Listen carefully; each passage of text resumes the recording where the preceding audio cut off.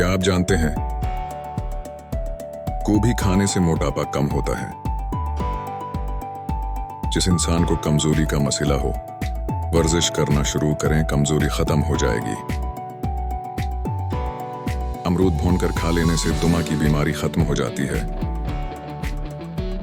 अगर जहनी दबाव रहता हो और दिमाग थका महसूस हो तो कीले का जूस पिया शुरू कर दो, जहन फ्रेश रहेगा।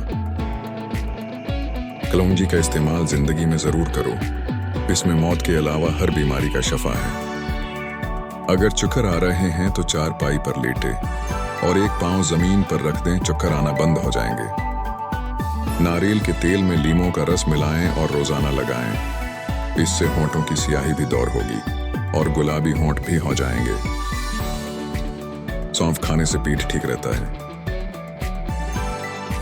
रोजाना मुस्कुराते हुए 10 मिनट पैदल चलना डिप्रेशन को दूर करता है।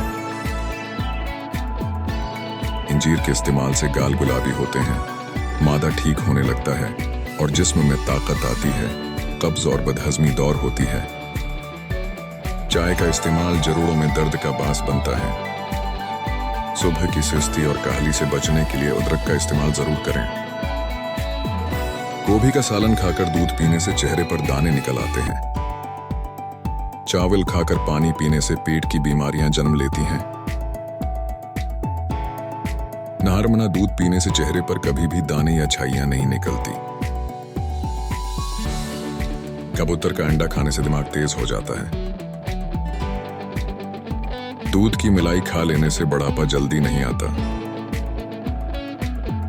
पाखाना करते वक्त अगर 5 मिनट से ज्यादा वक्त लगता हो तो जान लो कि आपका मादा ठीक से काम नहीं कर रहा।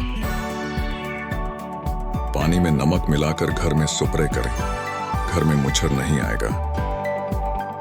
हल के दौरान खट्टी चीजें खाने से परहेज किया करो, ये बच्चे के लिए निहायत नुकसानदेह है। जगर की खराबी में माल्टे का इस्तेमाल ज्यादा करो।